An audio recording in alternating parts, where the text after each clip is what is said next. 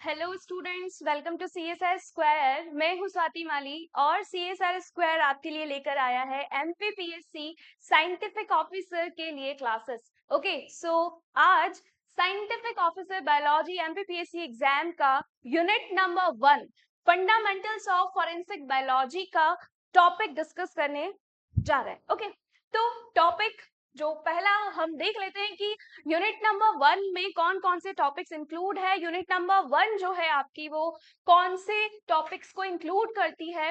Heading इस unit का fundamentals of forensic biology, means जो भी फंडामेंटल्स है, बेसिक्स है फॉरेंसिक बायोलॉजी के, वो क्या क्या होते हैं। हमें यहाँ पर चूंकि 5 यूनिट्स मिली है और नंबर ऑफ क्वेश्चंस आपको काफी आने वाले हैं, तो एक पर्टिकुलर यूनिट जो है काफी नंबर ऑफ क्वेश्चंस को कंटेन करेगी।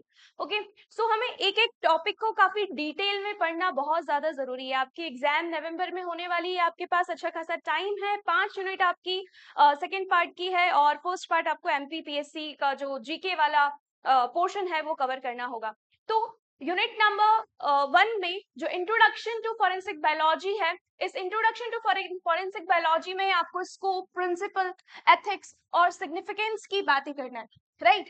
तो इस यूनिट में आज की क्लास में हम जो डिस्कस करने जा रहे हैं वो है एथिक्स वाला पोर्शन। ओके, उन्होंने सिर्फ और सिर्फ आपको सिलेबस में एथिक्स लिख के दिया है, तो एथिक्स से रिलेटेड हमें जितने भी चीजें हैं वो हमें पता होना चाहिए। यहाँ पे मेन जो गेम होने वाला है वो टर्मिनोलॉजीज का होने वाला है कि एक पर्टिकुलर टर्मिनोलॉजी का मतलब क्या है। ओके, जो भी क्वेश्चंस आएंगे वो आपको टर्मिनोलॉजी से रिलेटेड, उसमें टर्मिनोलॉजीज जो है वो आपको सिलेक्ट करना पड़ेगी, राइट। तो हमें आज की क्लास जो हम देखने वाले हैं वो है एथिक्स के ऊपर। ओके, सो स्टार्ट करते हैं introduction to the forensic science में एथिक्स वाले पोर्शन को। तो इस पर्टिकुलर एथिक्स के पोर्शन में हम क्या क्या कवर करने वाले हैं। हम सबसे पहले एथिक्स के बारे में सीखेंगे, व्हाट आर दी एथिक्स, क्या इंपॉर्टेंस होते हैं एथिक्स के फॉरेंसिक साइंस में, ऑब्जेक्टिव्स क्या है एथिक्स के फॉरेंसिक साइंस में, बेसिक एथिकल प्रिंसिपल्स जो यहाँ पे सबसे ज्यादा इंपॉर्टेंट होने वाले हैं वो है basic ethical principles of the forensic science, ethical responsibilities क्या होती है फॉरेंसिक साइंटिस्ट की, एथिकल इश्यूज क्या क्या आते हैं फॉरेंसिक साइंस में, कुछ केस स्टडीज के बारे में हम यहाँ पर देखने वाले हैं। फॉरेंसिक साइंस का सिलेबस है तो विदाउट केस स्टडी कोई काम नहीं होने वाला है, राइट। तो केस स्टडी हम इससे रिलेटेड देखने वाले हैं, क्या चैलेंजेस होते हैं एथिक्स को मेंटेन करने के लिए और कौन सी मेथड्स को फॉलो करना पड़ता है to maintain the ethics in the forensic science. और लास्टली हम इसमें कवर करने वाले हैं role of scientific officer in ethics. Okay, और इसके बाद में हम डिस्कस करेंगे क्वेश्चंस, या तो इसी क्लास के एंड में या फिर आपको एक अलग से वीडियो इस टॉपिक के ऊपर क्वेश्चंस के मिल जाएगी, right. So let's start introduction to ethics in the forensic science. तो चूंकि इंट्रोडक्शन की बात हो रही है तो सबसे पहले समझ लेते हैं कि फॉरेंसिक साइंस क्या है। तो फॉरेंसिक साइंस साइंस की एक ब्रांच है, ऑब्वियसली बात है, साइंस की ब्रांच है जो क्या करती है, applies scientific knowledge and techniques for the purpose of the investigation and administration of the justice, right. क्या होगा, जो भी साइंटिफिक नॉलेज है, जो भी साइंटिफिक टेक्निक्स है, उनका यूज करके एक किसी ना किसी जजमेंट तक पहुंचना, उस जजमेंट तक पहुंचने के लिए जो साइंस की ब्रांच है वो है फॉरेंसिक साइंस, राइट। ये बहुत ही इंपॉर्टेंट रोल प्ले करती है, क्या सॉल्व करने में, क्राइम्स को सॉल्व करने में। किसके थ्रू क्राइम्स को सॉल्व करने में, एग्जामिन करके जो भी साइंटिफिक एविडेंस है उनको। मान लो कोई भी क्राइम हुआ है, वहां से ब्लड सैंपल मिला है, हेयर सैंपल मिला है, ठीक है, कुछ भी होता है, कुछ ना कुछ चीज तो छूटेगी ही, राइट। कहीं पर भी जो भी क्रिमिनल है वो टच करेगा तो उसके फिंगरप्रिंट्स मिलेंगे। ओके, हाथापाई हुई, ब्लड वगैरह गिर गया, ठीक है, हेयर सैंपल्स मिल सकते हैं, स्किन भी मिल सकती है, राइट। तो नेल्स पार्टिकल्स मिल सकते हैं। तो बहुत सारे ऐसे हमारे पास फॉरेंसिक सैंपल्स होते हैं, तो कुछ ना कुछ तो वहां पर मिलेगा। तो उन एविडेंसेस को साइंटिफिकली एग्जामिन करके क्राइम्स को सॉल्व करने का जो काम है वो किसका है, फॉरेंसिक साइंस का है। Okay, however because forensic because forensic findings directly influence the court decisions and may determine whether a person is innocent or guilty. Forensic science क्या इन्फ्लुएंस करती है, फोरेंसिक साइंस की फाइंडिंग्स की क्या इंपॉर्टेंस है, तो ये डायरेक्टली किसी पर्सन को या तो क्रिमिनल घोषित कर सकती हैं या फिर उसको क्या कर सकती है, इनोसेंट जो है करार कर सकती है, राइट। तो साइंटिफिक जो भी एविडेंसेस हैं उसका रिजल्ट फॉरेंसिक साइंस पर डिपेंड करेगा, और फॉरेंसिक साइंस इसीलिए बहुत ही इंपॉर्टेंट फील्ड है, राइट। इसके अलावा एथिकल कंडक्ट जो है, इसीलिए इसमें क्या हो जाता है, बहुत ही ज्यादा इंपॉर्टेंट हो जाता है। ओके, तो हमने यहाँ पे फॉरेंसिक साइंस के बारे में अभी थोड़ा सा डिस्कशन किया है, इसको कनेक्ट मैं करने जा रही हूँ एथिक्स से, राइट। अब आपको ये समझ आ रहा है कि फॉरेंसिक साइंस जो है वो क्रिमिनल जो केसेस हैं उन्हें सॉल्व करने के लिए जो है यूज में लिया जाता है। तो इसके लिए क्या जरूरी है, एथिक्स को फॉलो करना बहुत ज्यादा जरूरी होगा। कौन से एथिक्स को फॉलो करना जरूरी होगा, अगर कोई सैंपल मिला है तो उसको अच्छी तरीके से क्या करे, कलेक्शन करे, और उसको सही तरीके से लैब में जाके सही टेक्निक्स को फॉलो करके, सही प्रोसीजर्स को फॉलो करके कोर्ट में सही डिसीजन दे। इस वहां कलेक्शन से लेकर, अगर हम बात करें कि कोर्ट में जो एविडेंसेस शो किए जा रहे हैं वहां तक का जो पूरा की पूरा हम कह सकते हैं जो कस्टडी है, पूरी की पूरी जो हम कह सकते हैं कि जो पूरी की पूरी चेन चल रही है, वो एथिक वहां पे फॉलो होना चाहिए। तो एथिक यहाँ पे मतलब क्या होगा, एथिक का, एथिक्स क्या होते हैं, तो एथिक वर्ड जो है उसका मतलब क्या है, एथिक का मतलब है मोरल वैल्यूज, प्रिंसिपल्स और स्टैंडर्ड्स ऑफ कंडक्ट। जो भी काम हो रहा है उसको एक स्टैंडर्ड प्रोसीजर के थ्रू फॉलो किया जाए, that guide a persons behaviour in a professional and the personal life. अगर हम पर्सनल लाइफ में एथिक्स की बात करें तो हम क्या करते हैं कि हमें बड़ों का आदर करना चाहिए, हमें बड़ों से बदतमीजी नहीं करना चाहिए, राइट, यही सारी चीजें। तो अगर हम फॉरेंसिक साइंस फील्ड की बात करें तो फॉरेंसिक साइंस में एथिक्स क्या होंगे कि जो भी कलेक्शन आप कर रहे हो उसको सही तरीके से करो, जो भी टेस्टिंग आप करने जा रहे हो लैब में उसको सही मेथड के थ्रू फॉलो करो, किसी के प्रेशर में आके आपको एविडेंसेस के साथ में छेड़खानी नहीं करना है, एविडेंसेस चेंज नहीं करना है। ये सारे जो है पॉइंट्स जो है एथिक्स कहलाएंगे आपके फॉरेंसिक साइंस के। ओके, एक एक चीज हम डिटेल में यहाँ पर कवर करने वाले हैं। अगर हम बात करें सिंपल वर्ड्स में तो एथिक्स जो है फॉरेंसिक साइंस में उसका मतलब है ऑनेस्टी को फॉलो करना, ट्रुथफुलनेस बनाकर रखना, फेयरनेस, ऑब्जेक्टिविटी, कॉन्फिडेंशियलिटी को बना के रखना, professional responsibility during the forensic investigations and scientific examination of the evidence, right. तो जो पूरा के पूरा एथिक वाला पोर्शन है वो कहीं ना कहीं इन्हीं टर्मिनोलॉजीज के आसपास घूमने वाला है। Okay, a forensic scientist has a great responsibility because even a small mistake, negligence और unethical behavior जो है वो एक wrongful punishment दे सकता है किसी innocent person को, या फिर ये भी हो सकता है कि जिसने जो criminal है वो क्या हो जाए, फ्रीली रिलीज हो जाए, राइट, बिना किसी उसके ऊपर एलिगेशंस के वो क्या हो जाए, फ्री हो जाए। और ये पूरा के पूरा डिपेंड करेगा किसके ऊपर, फॉरेंसिक साइंटिस्ट के ऊपर। ओके, सो एथिक्स को फॉलो करना बहुत ज्यादा इंपॉर्टेंट होगा। देयरफॉर एथिक्स जो है वो कंसिडर किया जाता है as the backbone of the foundation और the foundation of the forensic science. Correct, आगे चलते हैं।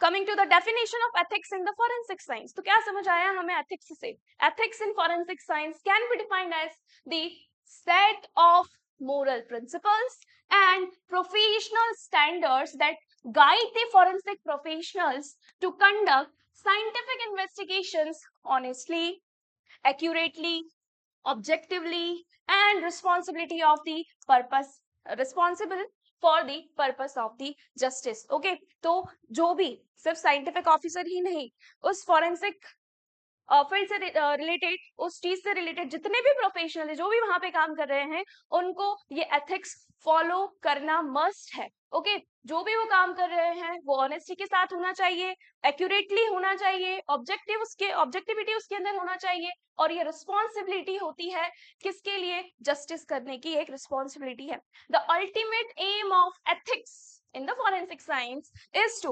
ensure justice through truthful scientific evidence. Okay, तो जो एथिक का अल्टीमेट एम है वो क्या है कि जस्टिस लेकर आना, किसके थ्रू जस्टिस लेकर आना, साइंटिफिक एविडेंस, सही साइंटिफिक एविडेंसेस के साथ में जस्टिस लेकर आना। Okay, importance of ethics in the forensic science, क्या इंपॉर्टेंस है एथिक्स की। ओके, नॉर्मली हम समझेंगे तो इंपॉर्टेंस तो है, कैसे कैसे इंपॉर्टेंस है, तो ethics is extremely important in the forensic science because forensic evidence is often considered highly reliable in the courts of law.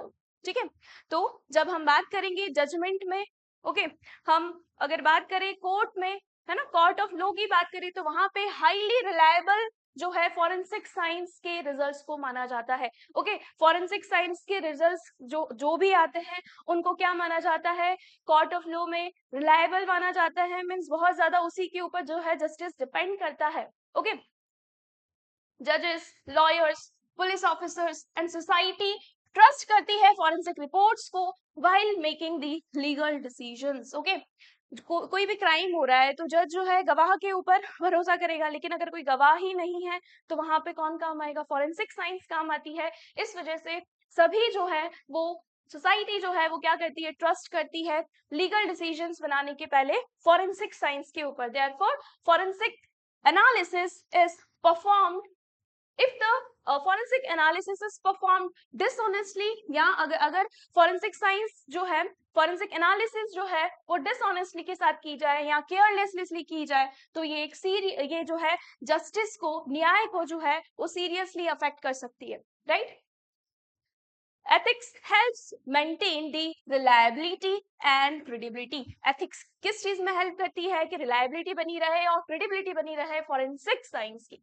Okay, ethical practices जो है वो इंश्योर करते हैं कि एविडेंसेस जो कलेक्ट किए गए हैं फ्रॉम द क्राइम सीन वो जेन्युइन हो, साइंटिफिक रिजल्ट्स जो है वो एक्यूरेट हो, और जो रिपोर्ट्स हैं वो कैसी ना हो, मैनिपुलेटेड ना हो। ओके, तो ये सारी चीजें किसके अंदर आती है, एथिक्स के अंदर आती है। और क्या इंपॉर्टेंस है एथिक्स को फॉलो करने का फॉरेंसिक साइंस में, तो ये जो है न्याय दिलवाने में हेल्प करता है। इनडायरेक्टली क्या है, ये न्याय दिलवाने में हेल्प कर रहा है। इसलिए जो भी क्राइम सीन से जो भी एविडेंसेस कलेक्ट किए गए हो वो जेन्युइन होना चाहिए, साइंटिफिक रिजल्ट्स उसके एक्यूरेट होना चाहिए, और वो मैनिपुलेटेड नहीं होना चाहिए, right?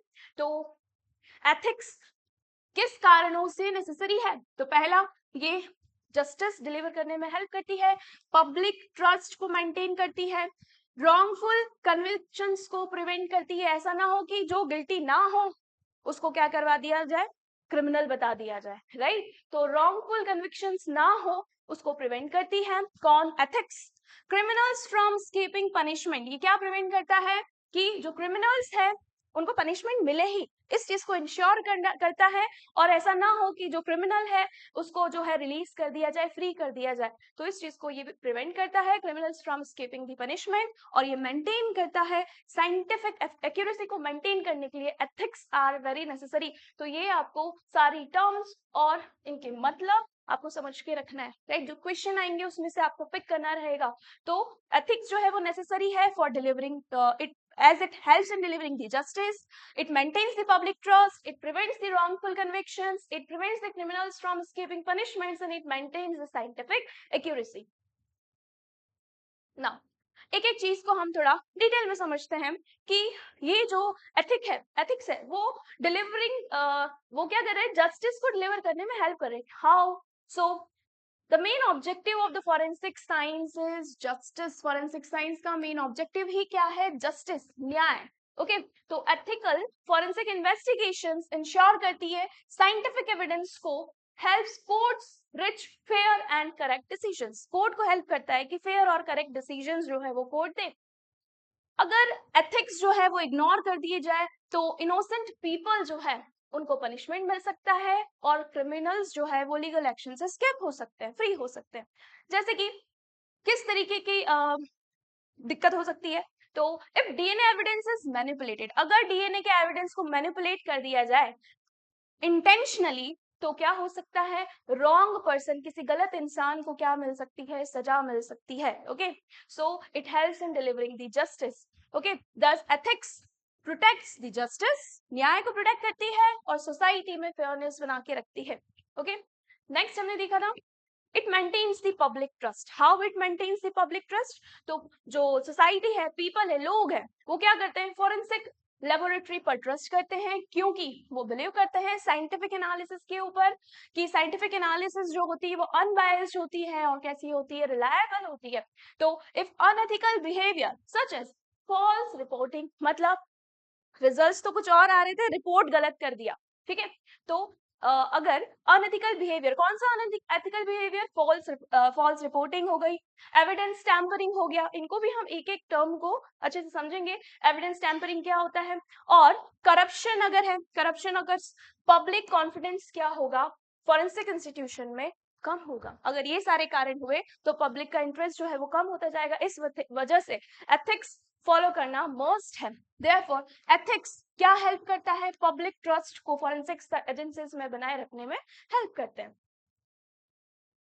It prevents wrongful convictions. Okay, तो इससे हमें नॉर्मली समझ आ रहा है कि ये क्या करेगा, अगर कोई रॉन्ग फॉरेंसिक रिपोर्ट है तो वो क्या कर सकती है, जेल करवा सकती है, सजा दिलवा सकती है एक इनोसेंट पर्सन को। और एथिकल फॉरेंसिक साइंटिस्ट जो होते हैं उनको केयरफुली एग्जामिन करना चाहिए एविडेंसेस को, और अवॉइड करना चाहिए अजम्पशंस को और पर्सनल ओपिनियंस को भी, राइट। तो this reduces the risk of wrongful punishment. Okay, तो एथिक्स नेसेसरी है इन सभी कारणों के लिए।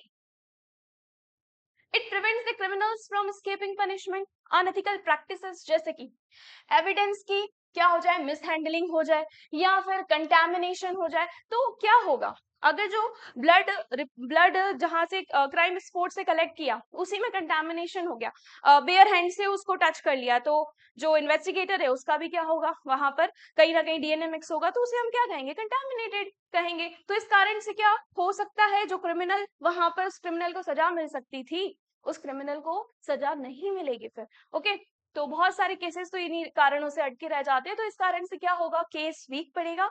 तो इस वजह से ये जो एथिक्स है वो प्रिवेंट करते हैं क्रिमिनल्स को from prevent criminals from escaping the punishment. Therefore ethical scientific practices क्या करती है, स्ट्रॉन्ग करती है, स्ट्रेंथन करती है क्रिमिनल इन्वेस्टिगेशंस को। Next, it maintains scientific accuracy. ये साइंटिफिक एक्यूरेसी को मेंटेन करता है। Ethics requires forensic scientist to use proper scientific methods and validated techniques. क्या करना चाहिए फोरेंसिक साइंटिस्ट को, प्रॉपर साइंटिफिक मेथड्स को यूज करना चाहिए, और जो टेक्निक्स जो वो यूज कर रहे हैं वो वैलिडेटेड फॉर्म में होना चाहिए। फॉल्स अजम्पशंस अगर उन्होंने लगा लिए, मैनिपुलेटेड रिजल्ट्स अगर दे दिए, या फिर पुअर लैबोरेटरी प्रोसीजर्स को फॉलो किया, तो ये सभी किस कैटेगरी में आते हैं, अनएथिकल कैटेगरी में आते हैं। ये इंप्रूव करता है, कौन इंप्रूव करता है, एथिक्स जो होते हैं, ethics improve scientific quality and the accuracy. तो इस तरीके के आपको सेंटेंस जो है वो ध्यान रखना है, आपको इस तरीके के क्वेश्चंस मिल सकते हैं। Okay, so now coming to the objectives of the ethics in the forensic science. Forensic science में ethics के क्या objectives है, तो हम देखते हैं यहाँ पर कौन कौन से objectives होते हैं ethics के forensic science में। तो ethics ensure करता है honesty in the forensic investigations. ethics provide करता है साइंटिफिकली वैलिड और रिलायबल एविडेंसेस को। ethics मेंटेन करता है फेयरनेस एंड न्यूट्रलिटी को। व्हाट इज न्यूट्रलिटी अभी हम आगे देखने वाले हैं। और ethics प्रोटेक्ट करता है प्राइवेसी को एंड ह्यूमन राइट्स को। एथिक्स अवॉइड करता है बायसनेस को और मिसकंडक्ट को।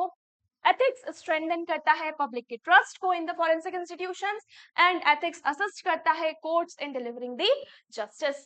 Now coming to the basic ethical principles of the forensic science. अच्छा, ऑब्जेक्टिव्स में आपको ये सारी चीजें ध्यान रखना है कि एथिक्स इन फॉरेंसिक साइंस में कौन कौन से ऑब्जेक्टिव्स है। तो ये सारी चीजें आपको याद रखना है कि एथिक्स जो है वो ऑनेस्टी को इंश्योर करते हैं, साइंटिफिक और वैलिड रिलायबल एविडेंस को प्रोवाइड करवाने में हेल्प करते हैं, ये मेंटेन करता है फेयरनेस और न्यूट्रलिटी को, ये प्रोटेक्ट करता है प्राइवेसी एंड ह्यूमन राइट्स को, अवॉइड करता है बायसनेस और मिसकंडक्ट को, स्ट्रेंथन करता है पब्लिक के ट्रस्ट को, और असिस्ट करता है कोर्ट्स को कि वो सही न्याय दे पाए। Now the most important portion of the ethics part.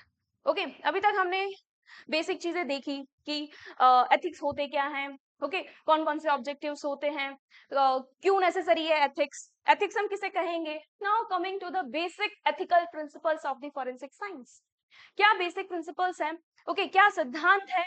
Okay, यहाँ से आपके क्वेश्चन बनने के बहुत ज्यादा चांसेस हैं। ओके, क्या यहाँ से ध्यान रखना है, एक एक टर्मिनोलॉजी को ध्यान रखना है, एक एक टर्म उठा के आपको क्वेश्चन बना के दिया जा सकता है। तो सबसे पहले हम देख लेते हैं कि कौन कौन से प्रिंसिपल्स की यहाँ पर बात हो रही है। So the first is the principle of integrity, next objectivity, impartiality, confidentiality, तो कुछ टर्म तो आपको इजीली समझ आ जाएगी। ओके, एक एक टर्म, एक एक प्रिंसिपल को हम थोड़ा सा डिटेल में देखने वाले हैं। फिर आपको क्या ध्यान रखना है, आप सिर्फ ये वाली स्लाइड, जैसे आप अगर लिख रहे हैं, नोट्स बना रहे हैं, तो आपको जो मैं यहाँ पे स्लाइड्स में लिखा हुआ है वो सारा की सारा नहीं लिखना है।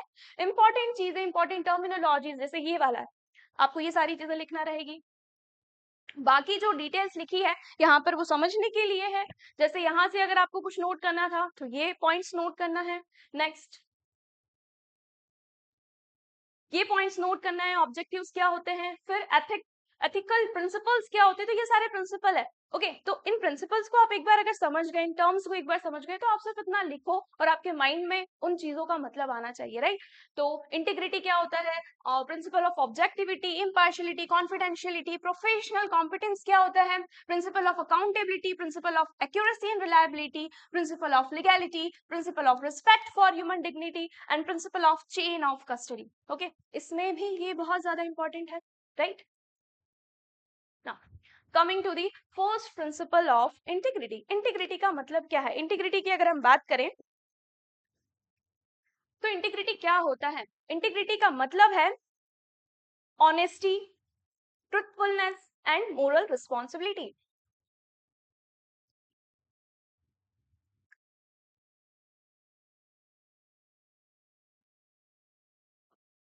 इंटीग्रिटी क्या होती है, तो इंटीग्रिटी का मतलब क्या है, इंटीग्रिटी जहां पर भी आपको वर्ड मिले तो इंटीग्रिटी से आपको ध्यान रखना है ऑनेस्टी की बात हो रही है, ट्रुथफुलनेस की बात हो रही है और मोरल रिस्पॉन्सिबिलिटीज की बात हो रही है। इंटीग्रिटी, प्रिंसिपल ऑफ इंटीग्रिटी क्या है, फॉरेंसिक साइंटिस्ट, एक फॉरेंसिक साइंटिस्ट को हमेशा क्या होना चाहिए, ऑनेस्ट होना चाहिए। कब ऑनेस्ट होना चाहिए, तब भी ऑनेस्ट होना चाहिए जब वो एविडेंस को कलेक्ट कर रहा हो, तब ऑनेस्ट होना चाहिए जब वो सैंपल को एनालाइज कर रहा हो, तब भी ऑनेस्ट होना चाहिए। और सच्चाई होना चाहिए जब वो रिपोर्ट्स प्रिपेयर कर रहा हो, और साथ ही साथ कोर्ट में जब रिपोर्ट्स को प्रेजेंट कर रहा हो, राइट। तो scientist must report what the evidence actually shows and should never manipulate the findings। जो भी फाइंडिंग्स है, जो भी रिजल्ट्स है, उसको कभी उसे मैनिपुलेट नहीं करना चाहिए। This are actually the ethics, this are actually the moral values. Okay, तो साइंटिस्ट को कभी भी ऐसी चीज रिपोर्ट नहीं करना चाहिए जो गलत है। जो रिपोर्ट्स आ रही है उसी को वहां पर शो करना चाहिए कोर्ट में। Okay, an ethical forensic scientist should never, question बन सकते हैं इस तरीके से, क्या होगा, फॉरेंसिक साइंटिस्ट को अगर एथिकली वो है तो उसे क्या क्या नहीं करना चाहिए, उसे कभी भी इंटेंशनली रिजल्ट्स को चेंज नहीं करना चाहिए, जो इंपॉर्टेंट ऑब्जर्वेशन है उसे छिपाना नहीं चाहिए, एविडेंस को फैब्रिकेट नहीं करना चाहिए। फैब्रिकेशन का मतलब होता है जो डेटा नहीं है जबरदस्ती उस डेटा को बना के दे देना, राइट। क्या नहीं करना चाहिए, गिव फॉल्स टेस्टिमनी की जो रिजल्ट्स आ रहे हैं लेकिन कोर्ट में जो है वो गलत तरीके से उसे प्रूव कर दिया, तो ये सारी चीजें साइंटिस्ट को नहीं करना चाहिए, फॉरेंसिक साइंटिस्ट को नहीं करना चाहिए। जैसे कि कोई डीएनए सैंपल है, वो क्या कोई डीएनए सैंपल कलेक्ट किया था, राइट, ब्लड सैंपल, ब्लड से डीएनए निकाला, ब्लड सैंपल जो है क्या किया, कलेक्ट किया, जो भी सैंपल्स मिले उससे डीएनए को क्या किया, आइसोलेट किया डीएनए। उसके बाद जो रिजल्ट है फॉरेंसिक साइंटिस्ट का वो ये निकल के आ रहा है कि वो किसी कंक्लूजन पे नहीं पहुंच पा रहा है, मतलब उसको जो डेटा चाहिए वो नहीं मिल पा रहा है, राइट। तो उसे क्या रिपोर्ट में मेंशन करना चाहिए, क्या मेंशन करना चाहिए कि रिजल्ट जो है वो इनकंक्लूसिव है, उसका कोई कंक्लूजन निकल के नहीं आ रहा है, ना कि उसको ये करना चाहिए कि फॉल्स पॉजिटिव मैच करवा दे वो कि नहीं ये डेटा तो मैच हो रहा है, ऐसा नहीं करना चाहिए। तो ये क्या है, ये सब ये एथिक्स के अंदर आता है। तो प्रिंसिपल ऑफ इंटीग्रिटी क्या कहता है, इंटीग्रिटी प्रिंसिपल ऑफ इंटीग्रिटी कहता है कि कोई भी इंटेंशनली जो है फॉरेंसिक साइंटिस्ट जो है वो इंटेंशनली रिजल्ट को चेंज ना करे, इंपॉर्टेंट ऑब्जर्वेशंस को छिपाए ना, फैब्रिकेटेड एविडेंसेस ना दे, फॉल्स टेस्टिमनी ना दे, ठीक है। तो इस तरीके से जो है ये आपका पोर्शन, ये सारी टर्मिनोलॉजीज जो है वो आपको इंटीग्रिटी से रिलेटेड है। आपको याद रखना है honesty and honesty is related with the integrity, right। integrity is considered one of the most important ethical principle, क्योंकि ये जो है फॉरेंसिक एविडेंसेस जो है वो डिसाइड करते हैं किसी एक पर्सन का future. Okay, so integrity is the most important ethical principle in the forensic science. Now coming to the next principle, the principle of objectivity। अगर हम ऑब्जेक्टिविटी के प्रिंसिपल की बात कर रहे हैं तो ऑब्जेक्टिविटी का मतलब क्या है? ऑब्जेक्टिविटी का मतलब है रिमेनिंग न्यूट्रल। याद रखना है, ऑब्जेक्टिविटी से रिलेटेड जो टर्म याद रखना है, इट इज न्यूट्रल। न्यूट्रल का मतलब क्या होना? बायसनेस नहीं होना। बायसनेस नहीं होना मतलब क्या होना कि एक फॉरेंसिक साइंटिस्ट को should not be influenced by, उसे इन्फ्लुएंस नहीं होना चाहिए। किस से इन्फ्लुएंस नहीं होना चाहिए? पर्सनल फीलिंग से। उसको लग रहा है कि ये जो है क्रिमिनल होगा तो उस क्रिमिनल घोषित करने में उसको नहीं लगना चाहिए, ठीक है। उसको लगता है कि ये पर्सन इनोसेंट होगा तो वो उस तरीके से अपना रिजल्ट दे दे। ऐसा साइंटिस्ट को, फॉरेंसिक साइंटिस्ट को नहीं करना चाहिए। फॉरेंसिक साइंटिस्ट को क्या होना चाहिए? न्यूट्रल होना चाहिए। उसको किसी की भी साइड नहीं लेना है। उसको क्या करना चाहिए? डीएनए सैंपल में जो भी रिजल्ट्स, जो भी सैंपल कलेक्ट किए, उसे जो रिजल्ट्स आ रहे हैं उसको एक्यूरेटली मेंशन करके देना। ना कि वो उसका काम नहीं है कि क्रिमिनल कौन है या कौन नहीं। उसे फाइंड करना है कि सैंपल मैच हो रहा है नहीं हो रहा है, ये साइंटिफिक ऑफिसर के काम है, ना कि न्याय देना, राइट। तो फॉरेंसिक साइंटिस्ट जो है वो इन्फ्लुएंस नहीं होना चाहिए। किस से इन्फ्लुएंस नहीं होना चाहिए? पर्सनल फीलिंग से, पॉलिटिकल प्रेशर से, पुलिस के एक्सपेक्टेशन से कि पुलिस बोल रही है ये क्रिमिनल है तो उसको क्रिमिनल घोषित करने में लग जाए साइंटिफिक फॉरेंसिक साइंटिस्ट। ऐसा नहीं होना चाहिए। मीडिया इन्फ्लुएंस, मीडिया के साथ इन्फ्लुएंस नहीं होना चाहिए। इमोशनल सिंपैथी में किसी के साथ में वो इनजस्टिस ना कर दे। इन एथिक्स को ध्यान रखना चाहिए। इन्हीं सभी को हम क्या कहते हैं? प्रिंसिपल ऑफ ऑब्जेक्टिविटी कहते हैं। इन सभी का एक ही मतलब है कि साइंटिफिक ऑफिसर को, फॉरेंसिक साइंटिस्ट को न्यूट्रल होना चाहिए। Neutral word is related to the objectivity. आपको क्वेश्चन इस तरीके से सॉल्व होंगे। मैं फिर बता रही हूँ, लास्ट में जब हम क्वेश्चन करेंगे तो आपको समझ आएगा कि यहाँ से क्वेश्चंस कैसे आपको मिलने वाले हैं।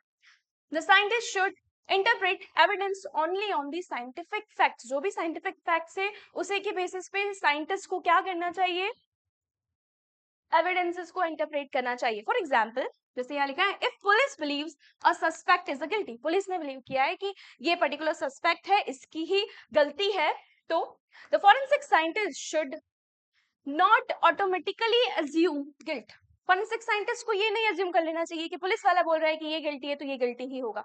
ऐसा साइंटिफिक ऑफिसर को नहीं करना चाहिए, वो एक एथिकल इशू में आएगा। इंस्टेड साइंटिस्ट को क्या करना चाहिए? एनालाइज करना चाहिए एविडेंस को इंडिपेंडेंटली। तो आपको क्वेश्चन इस तरीके से लिख के दिया जा सकता है, the scientist should analyse evidences independently, comes under which of the principle. और आपको लिख के दे दिया इंटीग्रिटी, ऑब्जेक्टिविटी, तो किसमें आएगा? आपका ऑब्जेक्टिविटी कहलाएगा। ओके, ऑब्जेक्टिविटी इंश्योर करती है फेयरनेस इन दी इन्वेस्टिगेशन, की इन्वेस्टिगेशन में फेयरनेस बना रहे। Next, principal of impartiality. अब पार्शियलिटी वर्ड तो आप जानते हो कि ये पार्शियल हो गया, वो पार्शियल हो गया, ठीक है। यहाँ पे जब हम पार्शियलिटी की बात करेंगे तो यहाँ पर एक वर्ड और आएगा, बायसनेस। जहाँ पे बायसनेस आ जाए, पार्शियलिटी आ जाए, तो ये क्या हो जाएगा? ये तो आपके लिए बहुत सिंपल टर्मिनोलॉजी है, बहुत इजीली आपको समझ आ जाएगा कि प्रिंसिपल ऑफ इम्पार्शियलिटी क्या होता है, कि इम्पार्शियल होना चाहिए साइंटिफिक साइंटिस्ट को, फॉरेंसिक साइंटिस्ट को, साइंटिफिक ऑफिसर को क्या होना चाहिए? इम्पार्शियल होना चाहिए।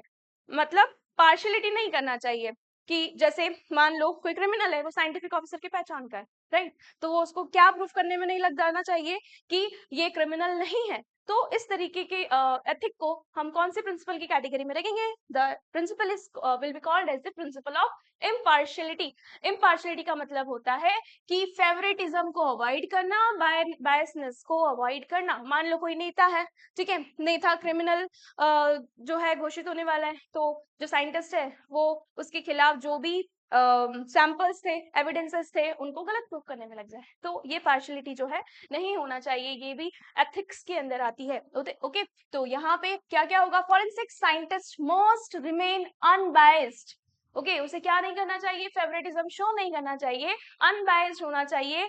किस पर्टिकुलर चीज से रिलेटेड? तो पुलिस ऑफिसर्स, विक्टिम्स के बारे में भी नहीं सोचना है, सस्पेक्ट के बारे में भी नहीं सोचना है, लॉयर्स में भी क्या नहीं होना चाहिए? बायसनेस नहीं होना चाहिए। इवन गवर्नमेंट अथॉरिटीज के थ्रू भी बायसनेस नहीं शो करना चाहिए। एक साइंटिस्ट को, फॉरेंसिक साइंटिस्ट को हमेशा अनबायस्ड होना चाहिए इन सभी के टुवर्ड्स। ओके, तो scientific conclusion should be based only on the evidence and not the personal benefits, believes. Okay, जैसे कि during court testimony the expert witness should present scientific facts rather than supporting the prosecution or the defense। ऐसा नहीं होना चाहिए कि वो prosecution को कभी डिफेंस कर रहा, प्रोसिक्यूशन को जो है उसकी साइड में हो या फिर डिफेंस की साइड हो, या किसी पॉलिटिकल प्रेशर के कारण वो जो है गलत अपना रिजल्ट जो है वो कोर्ट में शो करे, ऐसा उसे नहीं करना चाहिए। ओके, जो ये प्रिंसिपल है प्रोटेक्ट करता है जस्टिस फ्रॉम द प्रेजुडिस।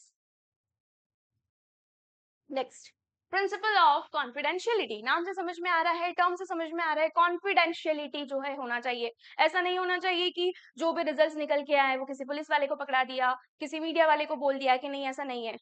एक साइंटिफिक ऑफिसर या फॉरेंसिक साइंटिस्ट का काम होता है कि जो भी रिजल्ट्स आ रहे हैं उसको डायरेक्टली कोर्ट में जाके हैंडल करे, कोर्ट में वहां पर अपने एविडेंसेस को शो करे। ओके, तो जो भी सैंपल है उसकी कॉन्फिडेंशियलिटी को मेंटेन करना एक साइंटिफिक ऑफिसर या फॉरेंसिक इन्वेस्टिगेटर का क्या होता है, एथिक होता है, राइट। तो कॉन्फिडेंशियलिटी का मतलब क्या है, keeping the forensic information private and secure रखना। Okay, forensic investigations often involve sensitive information such as कौन सी ऐसी इंफॉर्मेशन है जिसे क्या नहीं, जिसको क्या करके रखना चाहिए, कॉन्फिडेंशियल और प्राइवेट और सिक्योर करके रखना चाहिए। तो it is DNA profiles, medical histories, person की आइडेंटिटी, क्रिमिनल इन्वेस्टिगेशन की जो डिटेल्स है, ये कुछ भी जो है वो क्या नहीं होना चाहिए, उजागर नहीं करना चाहिए, कॉन्फिडेंशियलिटी इसके अंदर होना चाहिए। सच information should not be disclosed unnecessarily.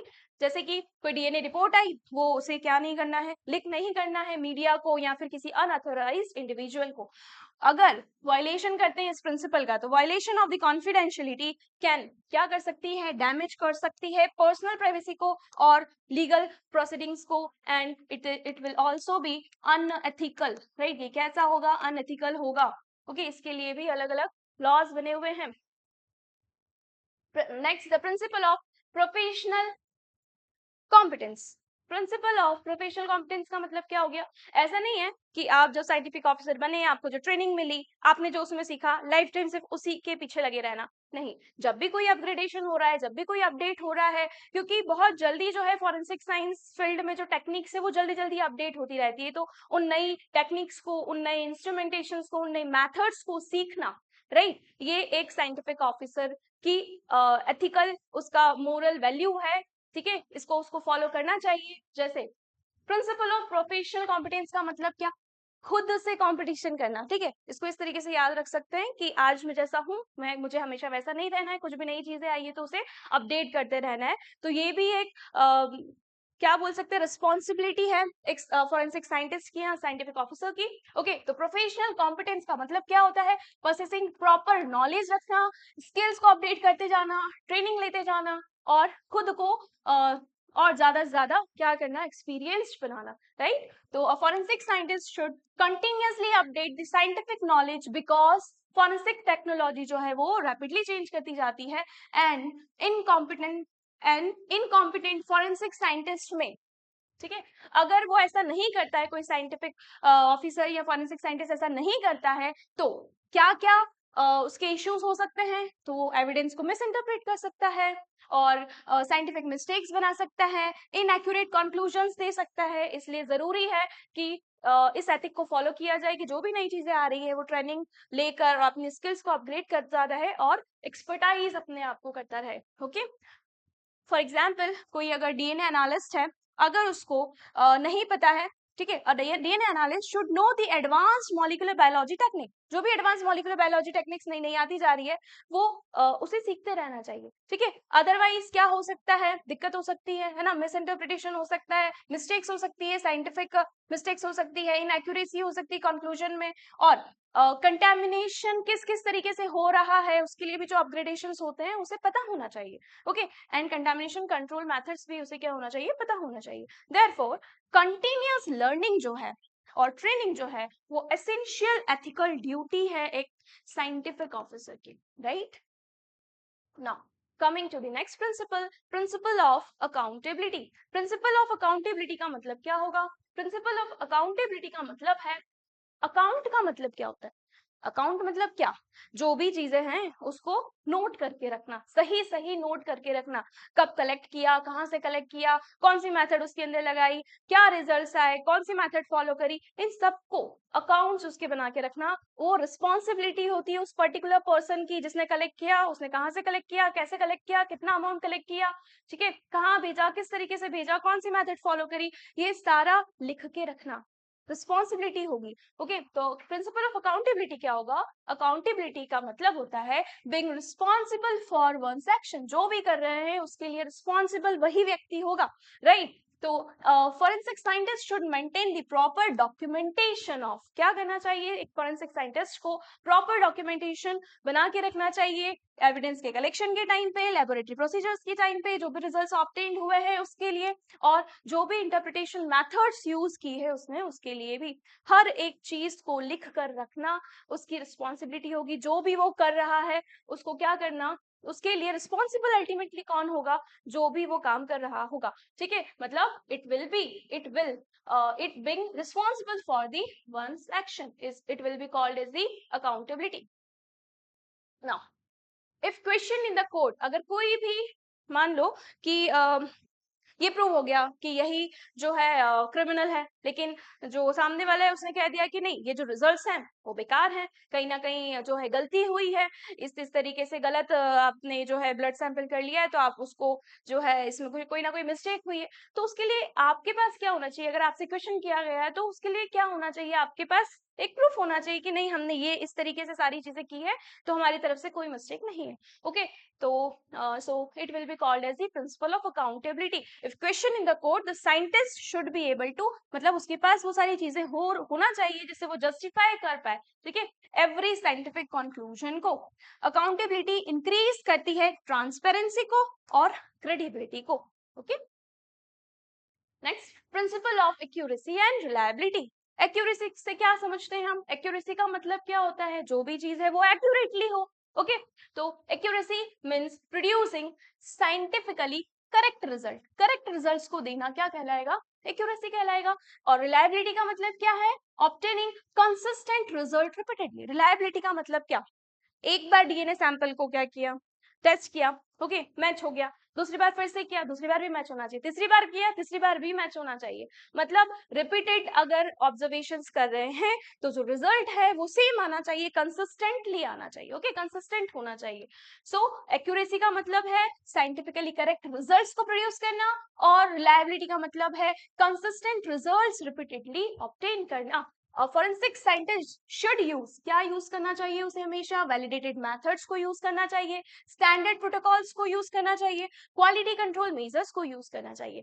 जैसे कि जो भी ब्लड स्टेन है should undergo confirmatory test rather than the relying on only on the presumptive test. ठीक है, इसको हम इस तरीके से समझते हैं, जैसे अगर हम बायोकेमिस्ट्री की बात करें या किसी पर्टिकुलर टेस्ट की बात करते हैं, तो आपको एक सैंपल दिया गया, आपको कहीं से कोई सैंपल मिला, आपको ये पता करना है, छोटे से एग्जांपल से इसको हम समझते हैं कि वो कार्बोहाइड्रेट है या प्रोटीन है, ठीक है।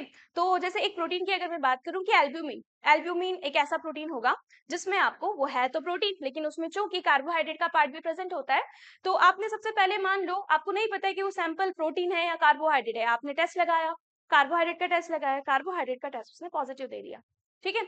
उसके बाद आपने उसको मेंशन ही नहीं कर देना कि ये कार्बोहाइड्रेट ही है। कंफर्मेटरी टेस्ट, उसकी कंफर्मेटरी टेस्ट लगाना जरूरी है। जो भी टेस्ट है उसकी आपको एक होता है प्री टेस्ट, दूसरा होता है कंफर्मेटरी टेस्ट, तो आपको एक प्री टेस्ट से ही डिसाइड नहीं कर लेना। फिर पता चला कि प्रोटीन का टेस्ट लगाया तो प्रोटीन भी उसमें क्या निकला, कंफर्म निकला, तो उसके लिए जो है आपको क्या करना पड़ेगा, कंफर्मेटरी टेस्ट पर आपको अपने रिजल्ट देना चाहिए, ना कि स्टार्टिंग वाले में जो आपका पॉजिटिव टेस्ट आ गया उसी पे आपको फॉलो नहीं करना चाहिए, ठीक है। तो जैसे कि जो भी ब्लड स्टेन मिला है उसको कंफर्मेटरी टेस्ट देना जरूरी है, रेदर देन की जो भी प्रिजम्पटिव टेस्ट होते हैं उनको ना मानते हुए, ठीक है, उनके ऊपर लेना करते हुए। This principle reduces the scientific error. तो कौन सा ऐसा प्रिंसिपल है जो साइंटिफिक एरर को क्या करता है, रिड्यूस करता है? तो it is a principle of accuracy and reliability. Now coming to the principle of legality. What is the principle of legality? तो फॉरेंसिक साइंस में, फॉरेंसिक साइंस जो है वो उसे लीगल बाउंड्रीज के अंदर ही काम करना चाहिए। मीन्स ऐसा नहीं है कि आप साइंटिस्ट बन गए, आपने कहीं से भी कोई भी सैंपल कलेक्ट किया और उसको कोर्ट में ले जाके दे दिया।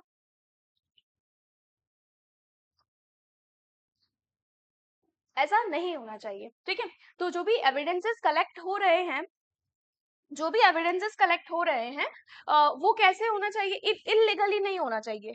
जो भी सैंपल कलेक्ट करे वो लीगली होना चाहिए, कोर्ट के ऑर्डर के थ्रू होना चाहिए। ऐसा नहीं है कि इलीगली जो है कलेक्ट करके और उसको कोर्ट में पेश कर दिया कि यहाँ से मैंने ढूंढा था और ये जो है यही विक्टिम है। ऐसा ये लीगल कैटेगरी में नहीं आता है, इसलिए लीगैलिटी फॉलो होना चाहिए। एविडेंस कलेक्टेड इलीगली में become inadmissible in the court. And for example, जैसे ऑब्टेन करना बायोलॉजिकल सैंपल को बिना किसी परमिशन के क्या करता है, वॉयलेट करता है लीगल राइट्स को। दस लीगल प्रोसीजर्स जो है वो हमेशा फॉलो होना चाहिए। This principle is will be called as the principle of legality. तो नाम से समझ आ रहा है। Okay, next, the principle of respect for human dignity. Principle of respect for human dignity means जो भी सैंपल मिल रहे, मान लो कि कहीं से कोई बॉडी मिली है, ओके, तो जो डेड बॉडी है उसके साथ में क्या करना, ह्यूमन डिग्निटी रखना। ओके, ह्यूमन डिग्निटी की रिस्पेक्ट करना एक साइंटिफिक ऑफिसर की या फॉरेंसिक साइंटिस्ट की क्या होती है, उसे वहां पर भी एथिक्स फॉलो करना है। ऐसा नहीं है कि डेड बॉडी है तो उसको जो है अजीब तरीके से जो क्या कर रहे हैं, मतलब उसके साथ कुछ गलत नहीं करना चाहिए, राइट। तो human dignity should always be respected during the forensic examination.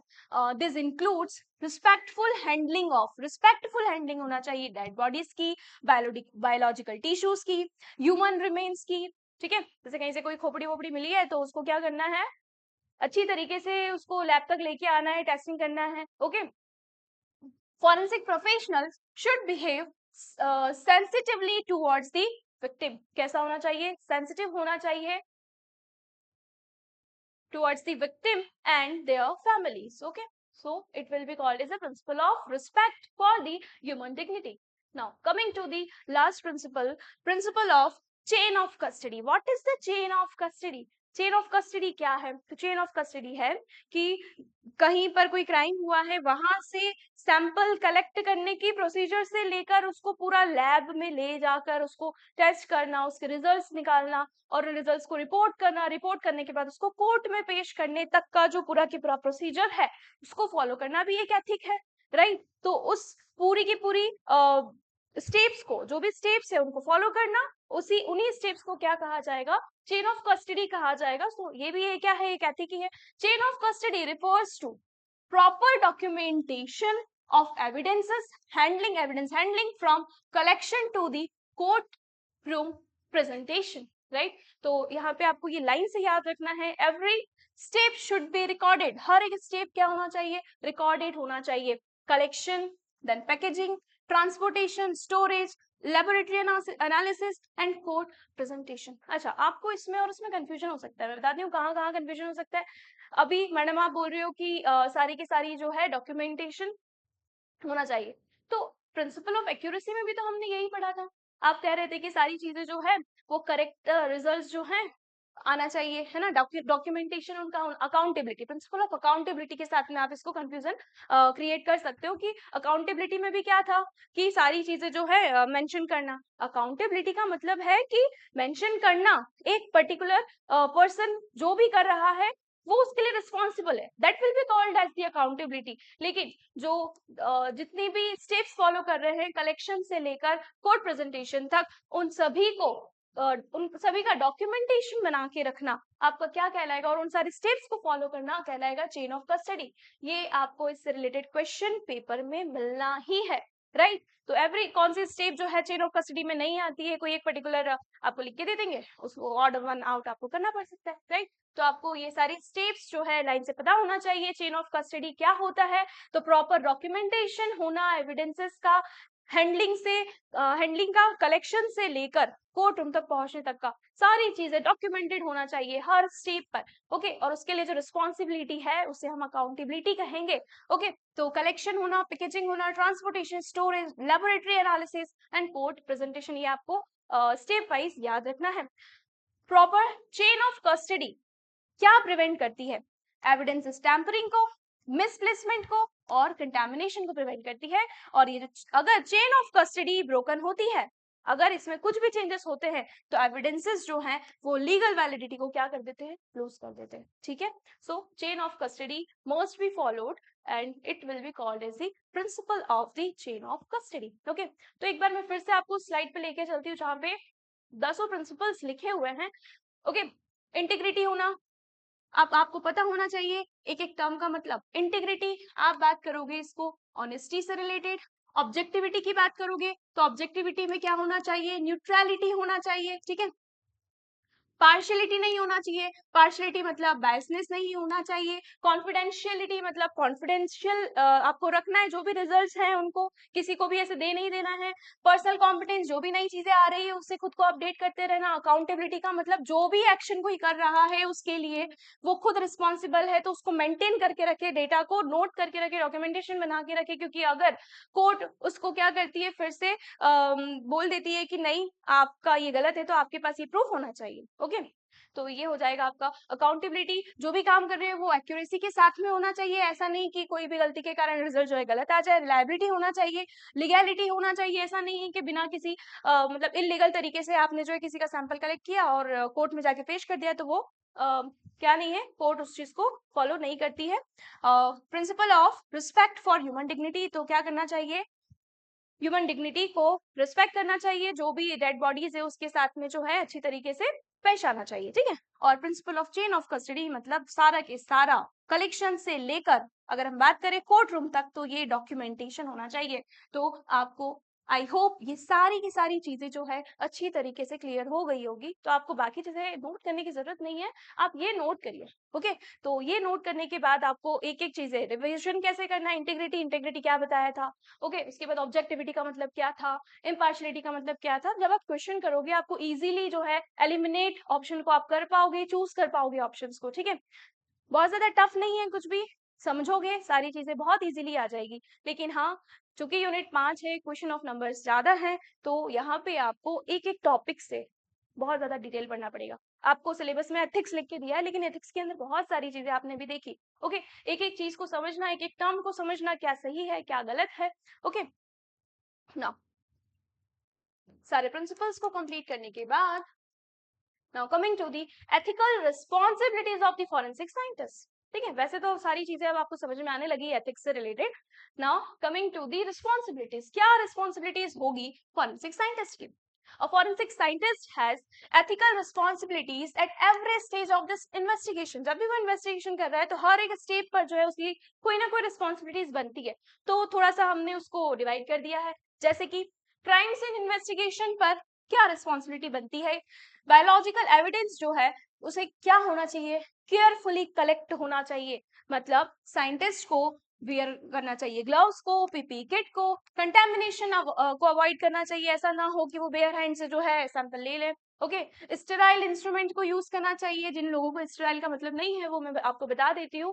जब भी सैंपल कलेक्ट किया जाता है, आपने सीआईडी में देखा ही होगा, सैंपल कलेक्ट करते हैं ना, किसी पैकेज में करेंगे या किसी आपका ट्यूब के अंदर करेंगे, तो वो ट्यूब कैसी होना चाहिए, वो कैसी होना चाहिए, वो ट्यूब जो है उसके अंदर कोई भी माइक्रो ऑर्गेनिज्म नहीं होना चाहिए। मान लो कोई ऐसा माइक्रो, ये ट्यूब है, ठीक है, प्लेट के साथ में, जिस ट्यूब में सैंपल को कलेक्ट किया जा रहा है उस ट्यूब के अंदर मान लो कोई ऐसा बैक्टीरिया प्रेजेंट हो जो ब्लड को क्या कर रहा हो, डिस्ट्रॉय कर रहा हो, कोई ऐसा एंजाइम प्रेजेंट हो, तो क्या होगा, वो जो सैंपल है वो डिस्ट्रॉय हो जाएगा। ओके, तो इस वजह से जो भी इंस्ट्रूमेंट्स यूज करे वो कैसे, वो स्टेराइल हो, ये भी तो एक एथिक्स है, ये भी तो रिस्पॉन्सिबिलिटी है ना एक फॉरेंसिक साइंटिस्ट की, कि वो उसे इन सारी चीजों का ध्यान रखना होगा।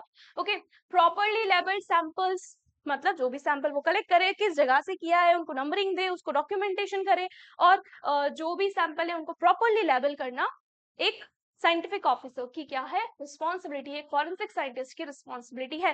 तो क्राइम्स एंड इन्वेस्टिगेशन के टाइम पे बायोलॉजिकल एविडेंस को केयरफुली कलेक्ट करना चाहिए और साइंटिस्ट को ये सारी चीजें फॉलो करना चाहिए, राइट। इम्प्रॉपर हैंडलिंग जो है वो इंपॉर्टेंट एविडेंसेस को ही डिस्ट्रॉय कर सकती है। Okay, so that's why the ethics are very important, ethics are very important. Okay, अगर मान लो क्या हो सकता है, touching blood evidences with the bare hands can contaminate DNA, अगर बेयर हैंड से उसको क्या कर लिया, डीएनए सैंपल जो भी पर्टिकुलर सैंपल है उसको लिया और बेयर हैंड से कर लिया। मान लो कोई एंजाइम कोई माइक्रो ऑर्गेनिज्म ऐसा जो उसको डिस्ट्रॉय कर रहा है, उससे आपने बेयर हैंड से उठा लिया था, वो तो खत्म हो गया। ओके, तो जो एविडेंस था वही आपने खत्म कर दिया। तो ये सारे एथिक्स और ये रिस्पॉन्सिबिलिटीज हैं एक फॉरेंसिक साइंटिस्ट की। इन लेबोरेटरीज साइंटिस्ट शुड, लेबोरेटरी के अंदर क्या रिस्पॉन्सिबिलिटी होगी कि प्रॉपर ऑपरेटिंग प्रोसीजर्स को फॉलो करे। जो पर्टिकुलर मेथड है कि डीएनए को इस तरीके से क्या करना है, आइसोलेट करना है, तो उसी मेथड को वो फॉलो करे।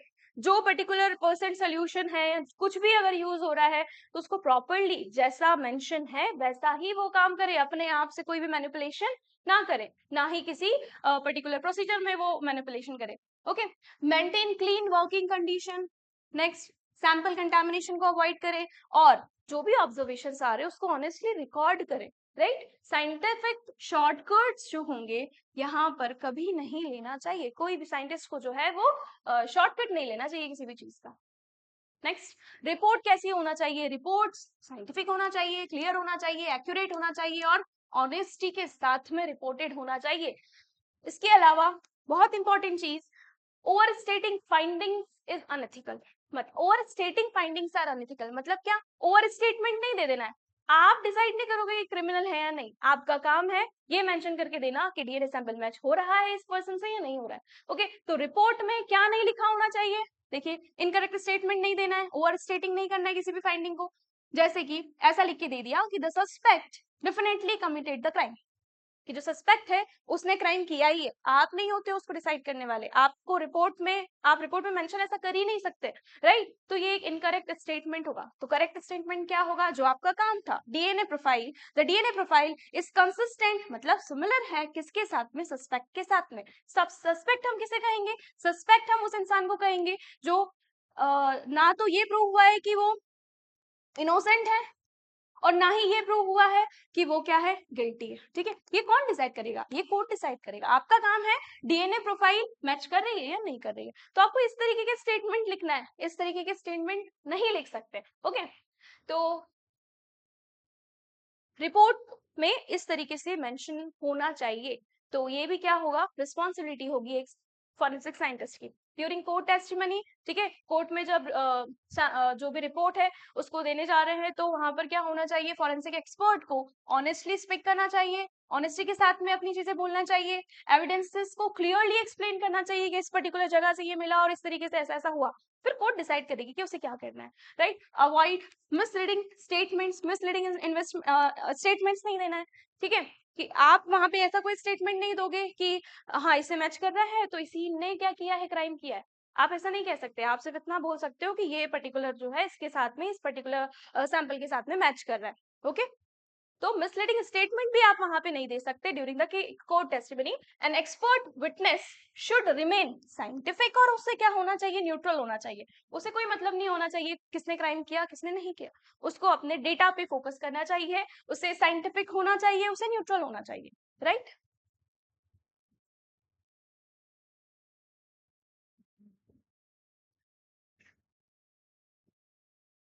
Now coming to the ethical issues in the forensic science. Forensic science में कौन से एथिकल इश्यूज आ जाते हैं?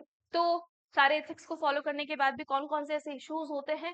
फॉरेंसिक साइंस के एथिकल इश्यूज क्या क्या है? तो even though forensic science is based on the strong scientific principles के ऊपर बेस्ड होता है, सेवरल एथिकल इश्यूज फिर भी आ जाते हैं रियल लाइफ इन्वेस्टिगेशंस में। मींस कितनी भी कोशिश कर लो लेकिन कभी कभार हो सकता है कि एविडेंस जो है वो क्या हो जाए, कंटेमिनेट हो जाए, एविडेंस फैब्रिकेट हो जाए, एविडेंस के साथ में टैंपरिंग हो जाए, बायसनेस हो जाए इन्वेस्टिगेशंस में, है ना, जान करके नहीं, है ना, गलती से हो जाए। तो ये एथिकल इश्यूज है ना, दिस इश्यूज में अफेक्ट, ये इश्यूज क्या कर सकते हैं? एक्यूरेसी को अफेक्ट कर सकते हैं, रिलायबिलिटी को अफेक्ट कर सकते हैं, fairness in the forensic science को क्या कर सकते हैं, अफेक्ट कर सकते हैं।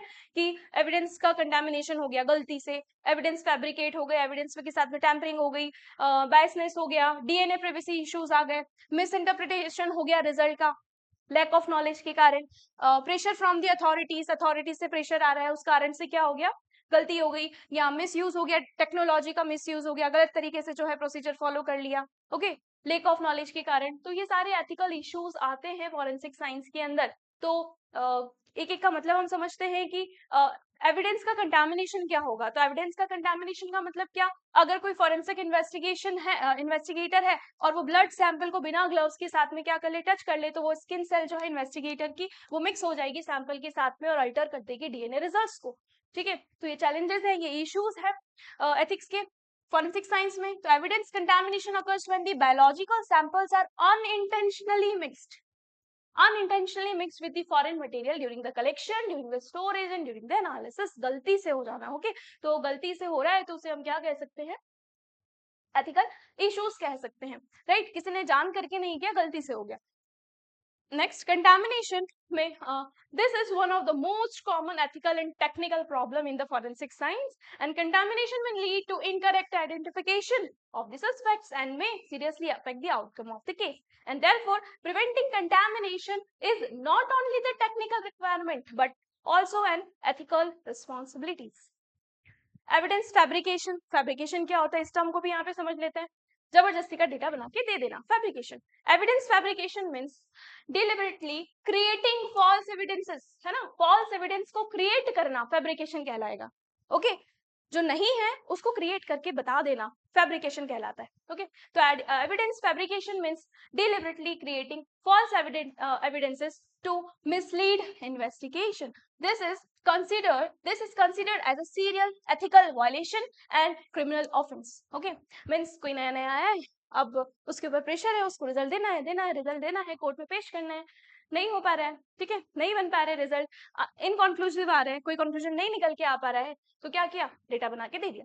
ठीक है, तो ये कैसा होता है, ये क्रिमिनल ऑफेंस ही होता है। फॉर एग्जाम्पल प्लांटिंग ब्लड और hair at the crime scene, मतलब क्राइम सीन में वहां पे कोई भी सस्पेक्ट है, ठीक है, और उसको मान रहे हैं पुलिस वाले और ये कि इसकी गलती हो सकती है, इसकी गलती हो सकती है, तो उसको गलती से उसका कोई हेयर सैंपल या लाके उसके साथ में मिक्स कर दिया जाए कि ये क्राइम सीन से मिला है।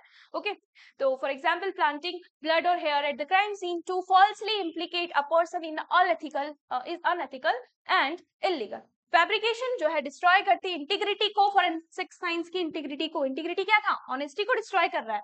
फैब्रिकेशन क्या कर रहा है, ऑनेस्टी को डिस्ट्रॉय कर रहा है फॉरेंसिक साइंस में, and can result in the wrongful conviction, हो सकते हैं किसी इनोसेंट इंडिविजुअल को सजा मिल सकती है। एविडेंस टैंपरिंग का मतलब क्या होता है, टैंपरिंग हम इतनी देर से बार बार टर्म आ रही थी तो हम इसे भी समझ लेते हैं कि what is the tampering, evidence tampering क्या है। तो evidence tampering refers to intentional modification. क्या है ये इंटेंशनल है, क्या है, इंटेंशनल मॉडिफिकेशन होना, डेटा को अल्टर कर देना, डिस्ट्रक्शन कर देना, ओरिजिनल एविडेंस को क्या कर देना, डिस्ट्रॉय कर देना, ये सब क्या है, डेटा के साथ में छेड़छाड़, डेटा टैंपरिंग, एविडेंस टैंपरिंग कहलाएगा। जैसे चेंजिंग कर देना लेबल्स को, ठीक है, इसके साथ में इस लेबल जो भी लेबलिंग थी उसको किसी ने आगे चेंजेस कर दिया। ओके, तो changing labels on biological samples, alter कर देना लेबोरेटरी रिकॉर्ड्स को, ये क्या कहलाता है, टैंपरिंग कहलाता है, एविडेंस टैंपरिंग कहलाता है। This unethical practice directly violates scientific honesty and legal trust। Now, bias in the forensic investigation। अब biasness तो आपको समझ में आ गई कि किसी फेवरेटिज्म की तरफ जाना, पर ये भी आपको दो तरीके से यहाँ पे ध्यान रखना, क्वेश्चन आ सकता है कि कंफर्मेशन बायस क्या होता है और कॉग्निटिव बायस क्या होता है। ओके, कंफर्मेशन बायस का मतलब क्या, कि पहले से जो है प्री डिसाइडेड है कि यही जो है क्रिमिनल है, यही क्रिमिनल है, ये पहले से क्या हो जाना, प्री डिसाइडेड हो जाना। प्री डिसाइडेड कंक्लूजन के बेसिस पे जो है जब साइंटिस्ट फोकस करता है उन्हीं सारे एविडेंसेस के ऊपर कि ये क्रिमिनल है, तो सिर्फ उसी को प्रूव करने में लग जाए। ओके, प्री डिसाइडेड कंक्लूजन के बेसिस पर अगर वो काम कर रहा है तो उसे, उस बायसनेस को हम क्या कहेंगे, कंफर्मेशन बायस कहेंगे। और कॉग्निटिव बायस क्या होगा, अजम्पशन, एक जो फॉरेंसिक साइंटिस्ट है वो अजम्पशन कर ले कि हाँ ये हो सकता है। ओके, तो ये अजम्पशन और एक्सपेक्टेशंस जो है, एक्सपेक्टेशंस के बेसिस पे गलत तरीके से अगर रिजल्ट्स आ गए, ओके, मतलब साइंटिस्ट सिर्फ उसी तरीके से काम कर रहा है कि उसके अजम्पशन के बेसिस पर, तो वो कॉग्निटिव बायस कहलाएगा। और प्री डिसाइडेड कंक्लूजन कि हाँ यही गिल्टी है, उस तरीके से काम कर रहा है, उसको प्रूव कर रहा है, तो वो कंफर्मेशन बायस कहलाएगा। तो इन दोनों में डिफरेंसेस हैं, आप थोड़ा सा ध्यान रखिएगा। Okay, for example, if a forensic scientist is told that suspect is guilty, suspect क्या है, गिल्टी है। अगर ऐसा कौन कह दे, फॉरेंसिक साइंटिस्ट ऐसा कह दे कि if a forensic scientist is told that the suspect is guilty before analysis, है ना, एनालिसिस के पहले ही, तो जो इंटरप्रिटेशन है वो कैसा कहलाएगा, अनकॉन्शियसली बिकम कैसा हो जाएगा, वो biased कहलाएगा। Okay, bias is extremely dangerous in the forensic science क्योंकि it can lead to the incorrect conclusions। DNA privacy issues भी आ सकते हैं। डीएनए प्राइवेसी इश्यूज का मतलब क्या, डीएनए जो है वो बहुत ही मतलब क्या है, हाईली पर्सनल जेनेटिक इंफॉर्मेशन को कंटेन करता है, आइडेंटिटी को कंटेन करता है, एंसेस्ट्री, है ना, पूर्वजों से रिलेटेड है, पूरी पूर्वजों की इंफॉर्मेशन हम हमारे डीएनए में लेके आ रहे हैं। हेल्थ रिलेटेड जो भी इश्यूज है वो सारी की सारी इंफॉर्मेशन जो है डीएनए में होती है। तो एथिकल कंसर्न्स आ जाते हैं तब जब डेटा जो है बहुत लॉन्ग टाइम तक जो है किसी बिना किसी कंसेंट के स्टोर करके रखा जाता है। मान लो कि कोई सस्पेक्ट था और वो सस्पेक्ट जो है वो गिल्टी नहीं है, वो तो गिल्टी नहीं था, उसने कोई क्राइम नहीं किया था, लेकिन इस सस्पेक्ट का एज अ क्रिमिनल डेटा जो है लॉन्ग टाइम तक अगर पड़ा रह गया तो इस तरीके के डीएनए प्राइवेसी इश्यूज आ जाते हैं। जेनेटिक इंफॉर्मेशन जो है वो बिना किसी अथोराइजेशन की जो है शेयर कर देना किसी और के साथ में, और डीएनए डेटाबेस को मिसयूज करना, ये सब डीएनए प्राइवेसी इश्यूज के अंदर आ जाएगा। जैसे कि डीएनए डेटा को सर्विलियंस के लिए यूज करना बिना किसी लीगल परमिशन के एक एथिकल वायलेशन है।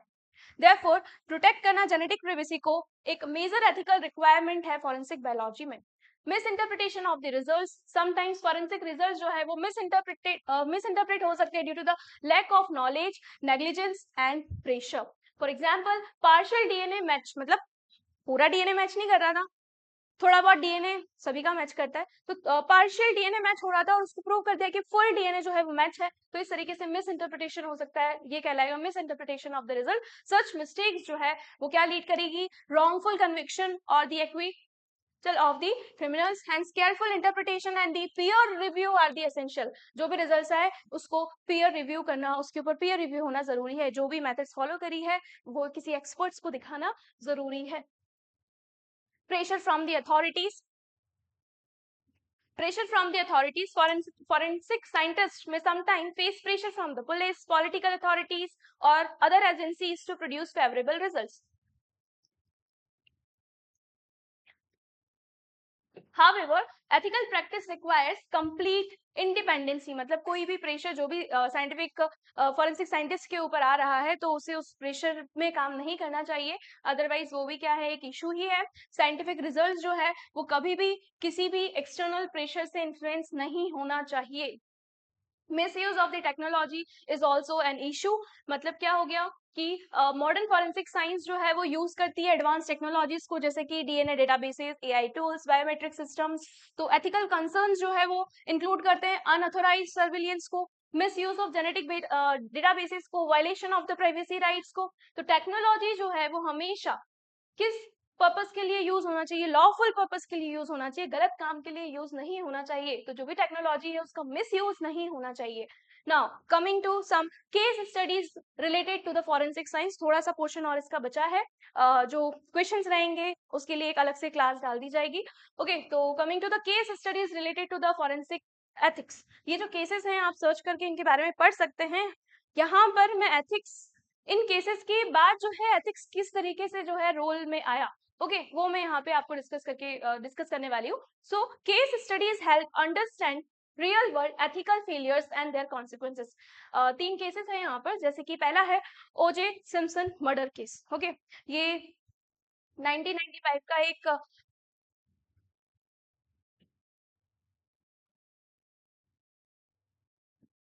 1995 का एक केस है। ओके, ओजे सिम्पसन केस, मर्डर केस। इसमें जो है ओजे सिम्पसन मर्डर केस में क्या हुआ था कि जो ब्लड सैंपल था वो पूरा की पूरा एक एविडेंस था, और जब इसका कोर्ट में बताया गया कि ये जो है यही जो है ओजे सिम्पसन ही क्या है, गिल्टी है, इसमें क्रिमिनल यही है, तो जो इनके क्या बोल सकते हैं एडवोकेट जो थे उन्होंने ये बताया कि नहीं, जो सैंपल कलेक्शन और उसमें जो है दिक्कत थी, है ना, मतलब कहीं ना कहीं गलत तरीके से वो चीजें हुई थी। तो तब समझ आया कि वहां पर भी एथिक्स फॉलो करना बहुत ज्यादा इंपॉर्टेंट है। इस केस ने हाईलाइट किया था importance of the proper ethical handling of the evidences और केस ऑफ स्टडी को फॉलो करना बहुत ज्यादा जरूरी था। इनोसेंट प्रोजेक्ट केस क्या है, मतलब ये जो इनोसेंस प्रोजेक्ट है वो क्या करता है, ऐसे जितने भी केसेस थे, मतलब इसमें इस वाले केस में बाद में जो है फिर से केस खुला था, तो ये आप पूरा केस पढ़ सकते हैं। इनोसेंस प्रोजेक्ट क्या था, तो इसमें जितने भी ऐसे केसेस जहाँ पे फॉरेंसिक एविडेंसेस के बेसिस पे सही लोगों को जो सजा मिल गई थी, उन केसेस को फिर से ओपन करके उनको टेस्ट करके देखा गया, तो बहुत सारे जो केसेस है उसमें ये पता चला कि गलत फॉरेंसिक रिजल्ट्स के कारण जो है एक इनोसेंट पीपल को जो है वो, एक इनोसेंट पर्सन को जो है वो क्या मिल गई, सजा मिल गई। ओके, तो ये इनोसेंस प्रोजेक्ट उसमें काम करता है। And they also highlight the importance of accuracy and integrity in the forensic science की रिजल्ट जो है वो एक्यूरेट होना चाहिए और ऑनेस्टी के साथ में होना चाहिए। फिर है हस्टन क्राइम लैब स्कैंडल। यहाँ पे क्या हुआ था, तो ये जो एक लैब थी जहाँ पे जो है प्रॉपर एसओपीज को फॉलो नहीं किया जा रहा था, स्टैंडर्ड ऑपरेटिंग प्रोसीजर्स को फॉलो नहीं किया जा रहा था, जो मशीन्स थी उनमें दिक्कत थी, वो एक्यूरेट रिजल्ट्स नहीं दे रही थी, तो ये भी एक बहुत बड़ा केस है। Okay, so it demonstrated how unethical and careless forensic work can damage the judicial system. ना क्या क्या चैलेंजेस होते हैं, तो इन चैलेंजेस को हम इजिली थोड़ा सा पढ़ लेते हैं जल्दी से। ह्यूमन एरर्स जो है वो चैलेंजेस है, किसका चैलेंजेस है, maintaining the ethics in the forensic science, work pressure होना, एक्सटर्नल इन्फ्लुएंस होना, लेक ऑफ ट्रेनिंग होना, पता ही नहीं है ट्रेनिंग दी नहीं गई है तो इम्प्रॉपर एनालिसिस होगी, टेक्नोलॉजिकल कॉम्प्लेक्सिटी की, बहुत ज्यादा एडवांस टूल है तो चलाना नहीं आ रहा है, तो गलत तरीके से जो है जो अंडरस्टैंडिंग नहीं है उसकी, हाई एक्सपर्टाइज जो है रिक्वायर होती है एडवांस टूल्स को चलाने के लिए, तो टेक्नोलॉजिकल कॉम्प्लेक्सिटी और ये सभी के सभी जो है वो ethics of in forensic science को मेंटेन करने में इतने चैलेंजेस फेस करने पड़ते हैं। Methods to maintain ethics in the forensic science, कौन कौन सी ऐसी मेथड्स है, तो क्या किया जा सकता है कि इन सारे के सारे एथिक्स को मेंटेन करके रखें, तो स्ट्रिक्टली स्टैंडर्ड ऑपरेटिंग प्रोसीजर्स को फॉलो किया जाए, प्रॉपर ट्रेनिंग और एजुकेशन दी जाए, एक्रीडेशन दिया जाए लेबोरेटरीज को, पीयर रिव्यू सिस्टम हो, स्ट्रॉन्ग चेन ऑफ कस्टडी हो, सही तरीके से सारा डॉक्यूमेंटेशन हो, कलेक्शन हो, ट्रांसपेरेंसी बनी रहे रिपोर्टिंग में, और रेगुलर ऑडिट्स होते रहे। ऐसा नहीं कि एक बार एक लैब को जो है वो एक्रीडेट कर दिया है तो उसके बाद कभी उसको जाके चेक ही नहीं किया, ठीक है, तो रेगुलर ऑडिट्स होना चाहिए, मतलब laboratory should be regularly inspected for the quality assurance उसके अंदर होना चाहिए। तो this were the methods to maintain the ethics in the forensic science. Now role of the scientific officer in the ethics, तो scientific officer का क्या role है ethics को फॉलो करने में, तो the officer must ensure proper collection and preservation of the biological evidences, maintain the accuracy in DNA and biological analysis, next prevent contamination and procedure errors ensures confidentiality of the sensitive information, follow करना चाहिए legal और ethical guidelines को strictly provide करना चाहिए, unbiased scientific reports को present करना चाहिए, truthful testimony in the court, and since biological evidences is not decisive in criminal cases, even a small ethical mistake क्या कर सकती है, जस्टिस डिलीवरी को, न्याय को क्या कर सकती है, अफेक्ट कर सकती है। ओके, सो आज की क्लास में हमने एथिक्स के सारे पॉइंट्स कवर कर लिए हैं। नेक्स्ट जो क्लास होगी उसमें मैं आपको क्वेश्चंस करवाऊंगी इससे रिलेटेड। ओके, सो एथिक्स लास्टली अब रिवीजन कर लेते हैं कि हमने क्या क्या देखा है इस क्लास में। सो एथिक्स इंश्योर करता है truth and justice in the forensic science को। मोस्ट इंपॉर्टेंट प्रिंसिपल्स क्या है, तो इंटीग्रिटी का प्रिंसिपल, ऑब्जेक्टिविटी का प्रिंसिपल एंड कॉन्फिडेंशियलिटी का प्रिंसिपल। की रिक्वायरमेंट क्या है, तो चेन ऑफ कस्टडी फॉलो होना चाहिए। मेजर इश्यूज क्या है, डीएनए प्राइवेसी के और एविडेंस के कंटामिनेशन के मेजर इश्यूज हैं। मेजर रिस्क क्या है, तो बायसनेस होना और फैब्रिकेशन हो जाना एविडेंसेस का। और गोल क्या है फॉरेंसिक साइंस का, तो फेयर और अनबायस्ड जस्टिस डिलीवरी करना, मतलब एक फेयर न्याय, मतलब न्याय जो है वो इंसान को मिल सके, यही मेन एम है फॉरेंसिक बायोलॉजी का, फॉरेंसिक एथिक्स का। Okay, so it was all about the ethics.